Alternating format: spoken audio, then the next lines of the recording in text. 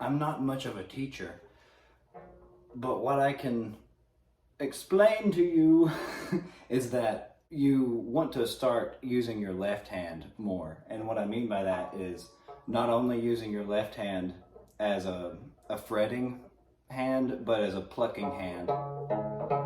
And if you've watched Clifton Hicks videos at all, or if you're familiar with Rufus Crisp or George Gibson, any number of other banjo players, you'll be familiar with something called the double shuffle.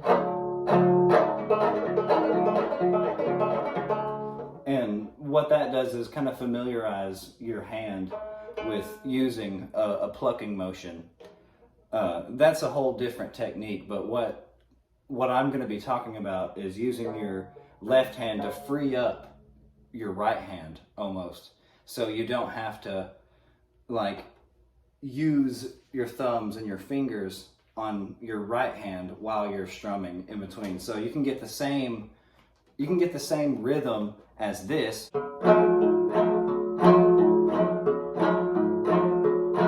can do that with two hands. And I know that might sound stupid, but what you can do is pluck with your left hand these top two strings.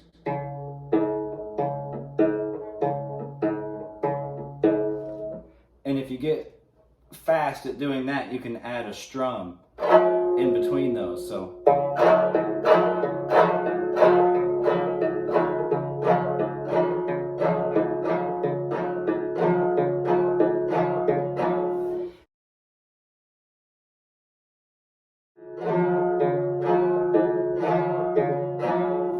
and what that is like a bass line to any verse really that's in an open tuning, is you can just sing over that. So don't get weary, don't get weary, children, don't get weary, I'm coming from the bone.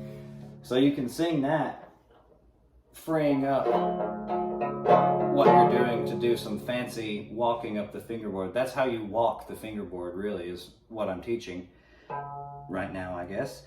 But when you start to pluck with your left hand and free up a bit more, space for your right hand to wave here, you can do a double pull off in the beat. And what I mean by a double pull off is like, when you're going 1, 2, 3, 4, 1, 2, 3, 4, you count that double note and go 1, 2. So double 1, 2, 3, 4. And what that does is switches your strumming hand from this hand to your left hand.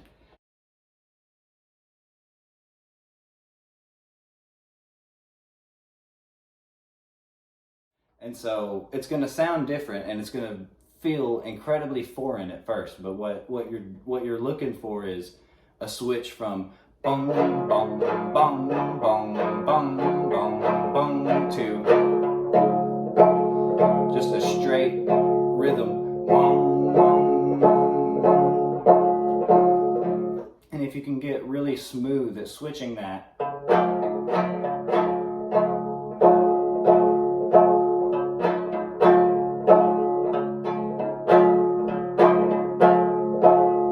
so don't get weary, don't get weary, children, don't get weary, I'm coming from the bone.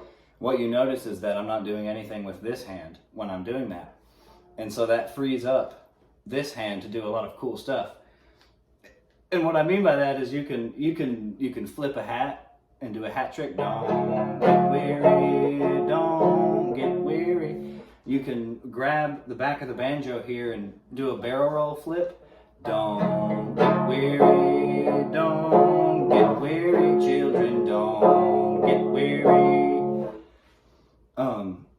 You can start to get into some really advanced techniques to grab different things around you, or use other limbs, or you can fake using other limbs. Like I can make it look like I'm strumming with my nose while I'm really just plucking, like.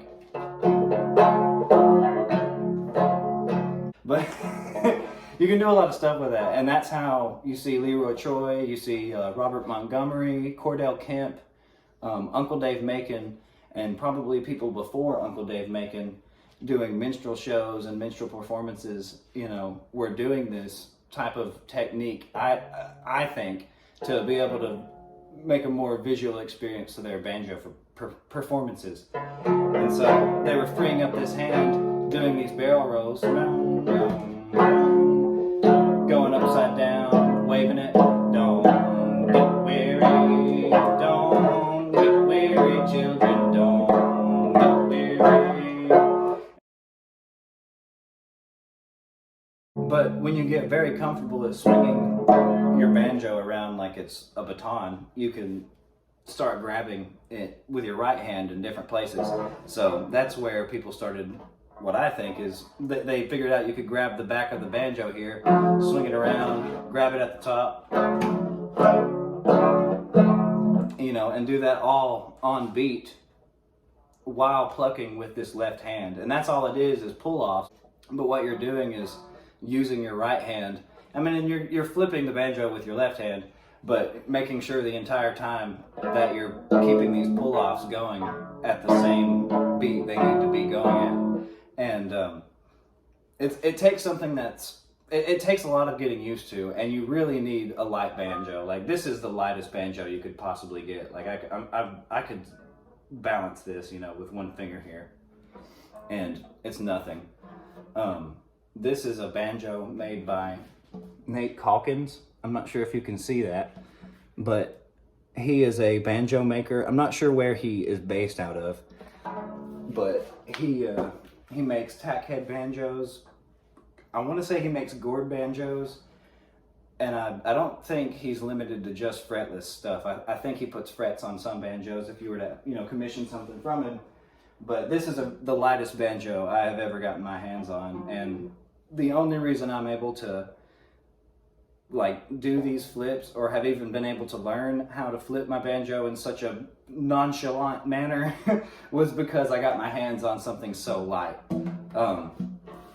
You have to get comfortable, like I said, with flipping it around like it's just junk, but you know, it's not.